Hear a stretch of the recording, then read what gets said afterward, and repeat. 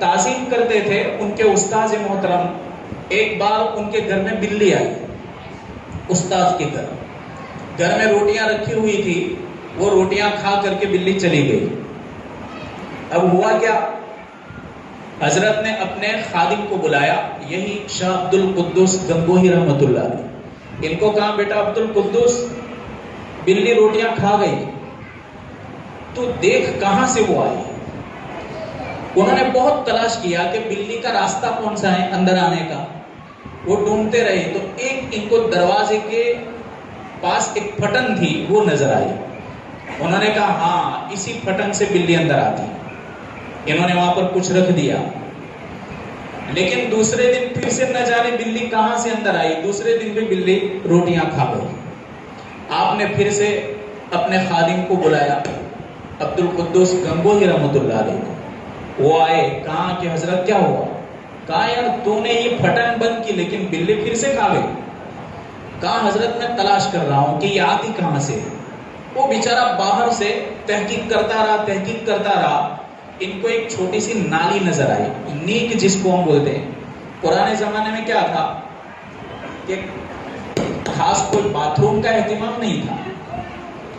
آپ کو معلوم ہے ہمارے بڑے بوڑھے بیٹھے ہیں, وہ کیا کرتے, ایک دیوال چھوٹی سی بنا دیتے اور اس طرح اوٹ بنا کر کے اسی میں غسل کیا کرتے تھے, جس کو پونیرا بولتے ہیں. آج بھی شاید گھروں کے اندر ہوگا اور ہیں دیہاتوں کے اندر, پونیرا بولتے تھے. اندر سے ایک نالی آ رہی تھی باہر, اس نالی سے وہ بلی اندر آ رہی تھی. اب یہ رات کے وقت انہوں نے ٹٹولا تو کہا کہ ہاں راستہ یہی ہے, یہی سے بلی اندر جاتی ہے. لیکن انہوں نے پتھر تلاش کیا تو پتھر نہیں ملا, کوئی چیز ایسی نہیں ملی کہ وہ گیپ بند کر دے, کوئی چیز نظر نہیں آئی. تو حضرت نے, جو بھی طالب علم ہے, آپ کے جو یہ بچے ہیں, انہی بچوں جیسے وہ بچہ تھا عبد القدوس گنگوہی. انہوں نے سوچا کہ اس کو بند تو کرنا پڑے گا, اس لیے کہ میرے استاذ محترم کا حکم ہے. وہ رات کو آئے, کوئی چیز نہیں ملی, تو وہیں پر وہ سو گئے اور اپنے سر کو نالی پر رکھ دیا اور اپنے سر کے ذریعے نالی کے منہ کو بند کر دیا. اب اتفاق سے ہوا کہ رات کو سخت بارش ہوئی, اسی رات بارش ہوئی. اب حضرت کا جو چھت تھا وہ کچا تھا. اب وہ چھت ٹپکی تو پانی اندر جمع ہوا. اب پانی کو راستہ تو چاہیے جانے کا. اب وہ نالی اتنی فٹ تھی اس لیے کہ وہاں تو سر رکھا ہوا تھا. پانی جمع ہونے لگا, پانی جمع ہو رہا ہے, پانی کو راستہ نہیں ملتا. حضرت اٹھے, آپ کو پتا نہیں کہ میرا شاگرد باہر ہے. انہوں نے ایک لکڑی دی, سوچا کہ پانی جاتا کیوں نہیں. انہوں نے اسی نالی کے اندر لکڑی ڈالی. اب وہ ہلا رہے ہیں, وہ سمجھ رہے ہیں پتھر ہیں, اور بچہ سمجھ رہا ہے کہ بلی.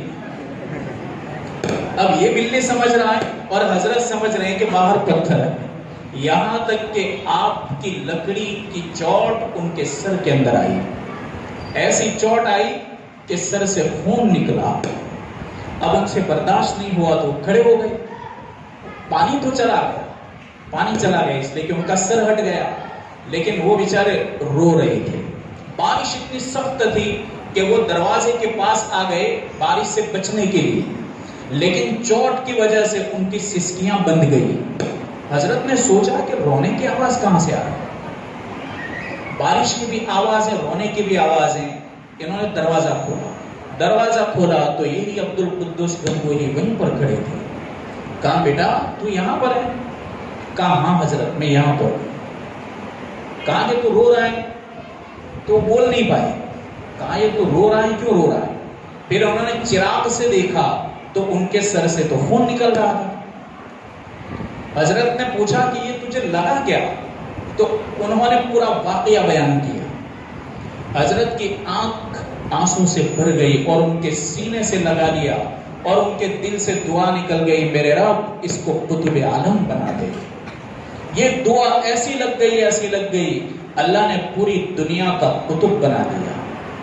دعائیں نکلتی ہیں اساتذہ کی, اللہ تبارک و تعالی زندگی کو روشن کر دیتا ہے, آخرت کو روشن کر دیتا ہے.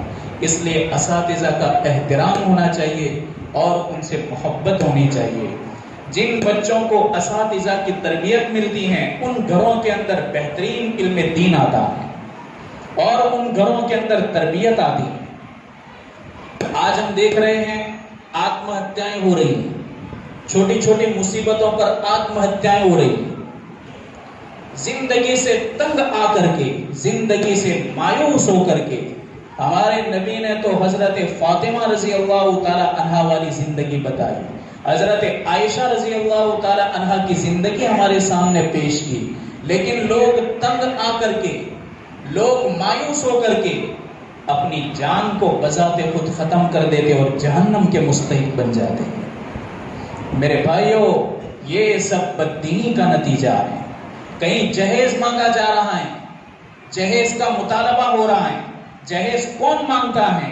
جن کے گھروں کے اندر جہالت ہوتی ہے، جن کے گھروں کے اندر بددینی ہوتی ہے اور جن کے گھروں کے اندر انسانیت نام کی کوئی چیز نہیں ہوتی، ایسے گھروں سے جہیز کے مطالبے ہوتے ہیں اور انہی جہیز کے مطالبوں سے نوجوان لڑکیاں پریشان ہوتی ہیں اور پھر وہ آتم ہتیا کرتی ہیں۔ کیوں؟ ان کے گھر کے اندر بھی دین نہیں، دین نہیں۔ بنی اسرائیل کے اندر جب قحط سالی ہوئی بنی اسرائیل میں، تو اتنی قحط سالی پھیل گئی کہ لوگ مردار جانوروں کو کھانے پر مجبور ہوئے، لوگ لکڑیوں کو چبانے پر مجبور ہوئے، پتوں کو چبانے پر مجبور ہوئے اور یہاں تک کہ خون چاٹنے پر مجبور ہو گئے، اتنے پریشان ہو گئے۔ اس زمانے میں بنی اسرائیل کا ایک مالدار تھا، اللہ نے اس کو وسعت عطا فرمائی تھی۔ ایک جوان عورت اس کے پاس گئی قرضہ لینے کے لیے، کہ جیسے لاک ڈاؤن کے اندر کتنے لوگ پریشان ہوئے تھے اور طرح طرح کی مصیبتوں کا سامنا کیا۔ وہ قحط سالی تھی، اس میں پانی نہیں تھا، غلہ نہیں، گھاس نہیں، جانور مر رہے تھے۔ ایسے وقت کے اندر یہ عورت بنی اسرائیل کے مالدار کے پاس گئی قرضہ لینے کے لیے۔ جب یہ عورت وہاں پہنچی، اس نے قرضہ مانگا۔ مالدار نے کہا کہ ٹھیک ہے، میں قرضہ تو دے رہا ہوں، لیکن میری خواہش پوری کرنی پڑے گی۔ اس لڑکی نے کہا کہ مجھے اللہ رب العزت کا ڈر ہے، آپ نے جو مجھے کہا بالکل غلط کہا، اللہ تم کو گناہوں سے محفوظ رکھے۔ یوں کر کے وہ لڑکی چلی گئی، لیکن گھر جا کر اپنی ننھی بچیوں کو دیکھا، اپنی چھوٹی معصوم اولاد کو دیکھا کہ یہ بھوکی پیاسی تڑپ رہی ہے، کھانے کی کوئی چیز نہیں۔ جب ماں اپنے بچوں کو تڑپتے دیکھتی ہیں تو ماں کی بھی ایک ممتا ہوتی ہے، ماں بیچاری بے چین ہو گئی۔ دوبارہ اس کے پاس گئی اور کہا کہ میرے بھائی، میں تجھے بھائی مانتی ہوں، اللہ کا واسطہ دے کر کہتی ہوں کہ اللہ نے تجھ کو وسعت عطا فرمائی ہے، میرے بچوں کے اوپر کچھ خرچ کر دے، اللہ دنیا اور آخرت کے اندر تجھے قبول کرے گا۔ لیکن اس نے وہی بات دہرائی کہ میں دینے کے لیے تیار ہوں، پر میری خواہش پوری کرنی پڑے گی، غلط کام کروانا پڑے گا۔ وہ لڑکی کہنے لگی کہ اللہ تعالیٰ نے تجھ کو وسعت عطا فرمائی ہے، اس کا تو غلط استعمال نہ کر، اللہ کی مخلوق پر خرچ کر۔ وہ عورت واپس چلی گئی۔ اس بار اس نے اپنے شوہر کو یہ بات بتائی کہ میں فلاں کے پاس قرضہ لینے کے لیے گئی، میرے اولاد کو، میرے بچوں کو میں تڑپتا ہوا نہیں دیکھ سکتی، لیکن اس نے مجھ سے غلط کام کا مطالبہ کیا۔ اس کا شوہر کہنے لگا کہ تو دیکھ رہی ہے کہ بچوں کی حالت کیا ہے، اگر ہم نے ان کی طرف توجہ نہ دی تو لگتا ہے کہ یہ بھوکے ہی مر جائیں گے، تو میں تجھ کو ایک رائے دے رہا ہوں، شوہر رائے دے رہا ہے کہ جو وہ نالائق کہہ رہا ہے اس کی تو امید کو پورا کر دے، لیکن اپنے بچوں کو بچا دے۔ عورت تنگ آ گئی، مصیبت، حالات، آپ اندازہ لگاؤ کتنی بڑی پریشانی ہے۔ یہ عورت پھر سے گئی اور جا کر کہنے لگی کہ میرے بھائی، تو غلط مطالبہ نہ کر، اللہ تبارک و تعالی تجھے بہتر بدلہ دے گا۔ میں تھوڑے پیسوں کا مطالبہ کر رہی ہوں بطور قرض، بعد میں ہم تم کو چکا دیں گے، میرے بچوں کی طرف دیکھ کر کے ان کی مدد کر دے۔ اس نے کہا کہ نہیں، میری بات وہی ہے جو میں کہتا رہا. اب یہ شوہر نے اس کو اجازت دی تھی، یہ بیچاری بیٹھی، اس نے غلط کام کا ارادہ کیا تو وہ کانپنے لگی، زاروں قطار رونے لگی. اس نے کہا کہ میں نے تجھ کو مارا نہیں، ڈرایا نہیں، دھمکایا نہیں، تو کانپ رہی ہے، زاروں قطار کیوں رو رہی ہے؟ کہا کہ میرا رب مجھ کو دیکھ رہا ہے، اگر میں ستر کھولوں تو اللہ رب العالمین مجھے دیکھ رہا ہے، اور اللہ رب العالمین میری ہر حرکت پر نظر کیے ہوئے. اس کے دل کے اندر ایک بات آئی، وہ کہنے لگا کہ میرے رب یہ مجبوری میں رو رہی ہیں، کانپ رہی ہیں، اور میں خوشحالی میں تجھ سے ڈر نہیں رہا. خوشحالی میں اس کی آبرو لینا چاہتا ہوں، اور یہ بیچاری اتنی مجبوری کے اندر بھی تجھ سے ڈر رہی ہے. اس نے اس کو چھوڑ دیا اور اس کے بچوں کی بھی مدد کی، اور ویسے ہی اس کی مدد کر دی. اللہ تبارک و تعالیٰ نے اس مالدار کو اس عمل کے صدقے میں دنیا میں اتنا چمکایا کہ بنی اسرائیل کا یہ بہت بڑا ولی بن گیا، بہت بڑا ولی بنا. لیکن بچی کی یہ تربیت کہاں سے ہوئی، یہ دینداری کہاں سے آئی؟ اسی دینداری کے نتیجے میں ایسی مجبوریوں کے اندر بھی حالات کا سامنا کر رہی ہے. حالات کا سامنا، یہ تو دنیا ہے، یہاں اتار چڑھاؤ ضرور آتے ہیں اور یہاں مصیبتوں کا سامنا ضرور ہوتا ہے، لیکن حالات سے تنگ آ کر کے اور پریشانی اور مجبوری سے ڈر کر کے اس کا مطلب یہ بھی نہیں کہ اللہ کی دی ہوئی جان کو ہم اپنی مرضی سے ختم کر دیں، تباہ کر دیں. یہ جسم اللہ کی بہت بڑی امانت ہے، ہم اس جسم کے اندر اپنی مرضی سے تغیر نہیں کر سکتے اور اپنی مرضی کے مطابق اس بدن کو نہیں چلا سکتے. اللہ نے جو حکم دیا ہے اسی کے مطابق ہم چلا سکتے. اللہ کے حبیب کی پیاری بیٹی حضرت فاطمہ رضی اللہ تعالی عنہا ایک مرتبہ بھوک ہیں، فقر ہیں. حضرت علی نے فرمایا کہ فاطمہ ابا کے پاس جاؤ اور ابا سے شکایت کرو، مجھے امید ہے کہ ابا تمہاری مدد کریں گے. حضرت فاطمہ رضی اللہ تعالی عنہا اللہ کے حبیب کے پاس، اپنے ابا کے پاس آئی، آ کر کے سوال کیا، کہا کہ میرے ابا فرشتوں کا کھانا تو سبحان اللہ، الحمدللہ، اللہ اکبر ہے، ہمارا کھانا کیا ہے؟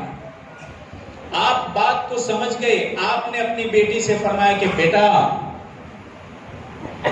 جس باپ سے تو جو امید لے کر آئی ہیں، خدا پاک کی قسم اس گھر کے اندر 30 دن سے چولہا نہیں جلا ہے، پر میرے یہاں کچھ بکریاں آئی ہیں، تو اگر تو چاہے تو میں 5 بکری تجھ کو دے دوں، اور اگر تو چاہے تو 5 کلمات تجھے سکھا دوں.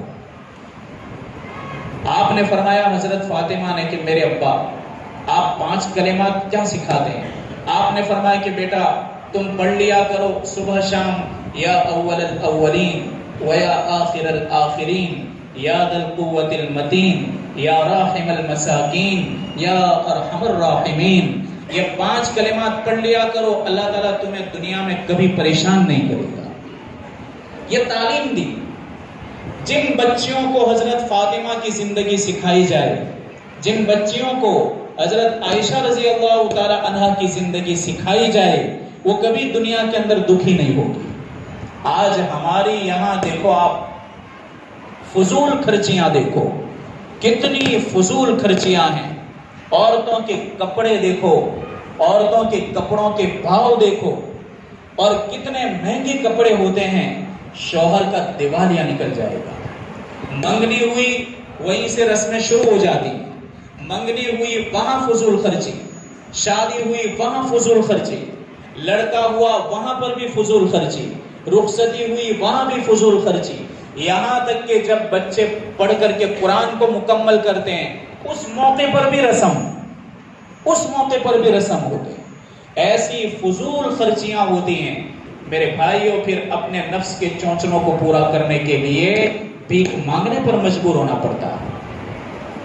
اس لیے سب حالات ہوتے ہیں. اللہ تبارک و تعالیٰ نے ان مدرسوں کو ایک بہترین تربیت کی جگہ بنایا ہے. یہاں بچیاں بھی تربیت پاتی ہیں اور ہمارے بچے بھی تربیت پاتے ہیں.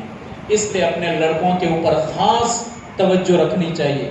بعض بیچارے باپ ایسے ہوتے ہیں ان کو پتہ ہی نہیں ہوتا ہمارا لڑکا کیا پڑھتا ہے، ہماری لڑکی کیا پڑھتی ہے، انہیں معلوم بھی نہیں ہوتا، بس استاد بیچارے اپنی شفقت سے ان کو چلاتے رہتے ہیں اور اپنی ذمہ داری کو پورا کرتے رہتے ہیں۔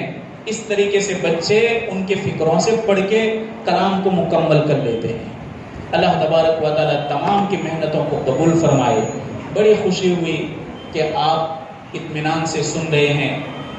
اللہ تبارک و تعالیٰ کی کتاب مقدس، اس کی عظمت سے آپ سن رہے ہیں۔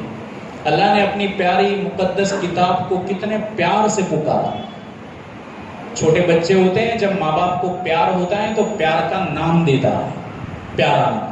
ہمارے نبی بھی حضرت عائشہ رضی اللہ تعالیٰ عنہا کو کبھی کہتے حمیرہ، آپ کیا کہتے؟ حمیرہ کہتے تھے۔ اللہ تبارک و تعالیٰ نے اپنی مقدس کتاب کو پیارے ناموں میں کیا کہا؟ تبارک الذی نزل الفرقان، کبھی قرآن کو فرقان کہا۔ الحمدللہ الذی انزل الکتاب، کبھی قرآن کو کتاب کہا۔ یاسین والقرآن الحکیم، کبھی قرآن حکیم کہا۔ بل هو قرآن مجید، کبھی قرآن مجید کہا۔ پھر اللہ تبارک و تعالیٰ نے کہا وَإِنَّهُ لَكِتَابٌ عزیز، کتاب عزیز کہا۔ کتنے پیارے نام ہیں کہ جو اللہ نے اپنی مقدس کتاب کے نام رکھے ہیں۔ ہم خالی اس کو کوئی انتقال ہو جائے تو اس کو پڑھنے کا مشغلہ نہ بنائے، بلکہ ہم قرآن کا حق ادا کریں۔ اور بڑے پیارے دن ہیں، رجب کا مہینہ پورا ہونے آیا، شعبان کا مہینہ شروع ہوگا، تو ان مقدس ایام کی ہم قدردانی کریں اور قرآن سے بہت محبت کریں۔ اللہ تعالیٰ اس کی محبت کے صدقے میں قیامت کے دن ہمارا حشر علماء کے ساتھ فرمائے گا، اور اللہ تعالیٰ عاشقین قرآن کے ساتھ ہمارا حشر فرمائے گا۔ قرآن سے عشق کرنے والوں کے ساتھ ہم کو قیامت کے دن اٹھائے گا۔ ہم قرآن سے محبت کریں، قرآن والوں سے محبت کریں، اور ان حفاظ کرام سے ہم محبت کریں۔ اللہ تبارک و تعالیٰ آج کی اس نورانی مجلس کو قبول فرمائے، اور جنہوں نے بھی جس قسم کی محنت کی ہو، اللہ تبارک و تعالیٰ ہر ایک کی محنت کو قبول فرمائے۔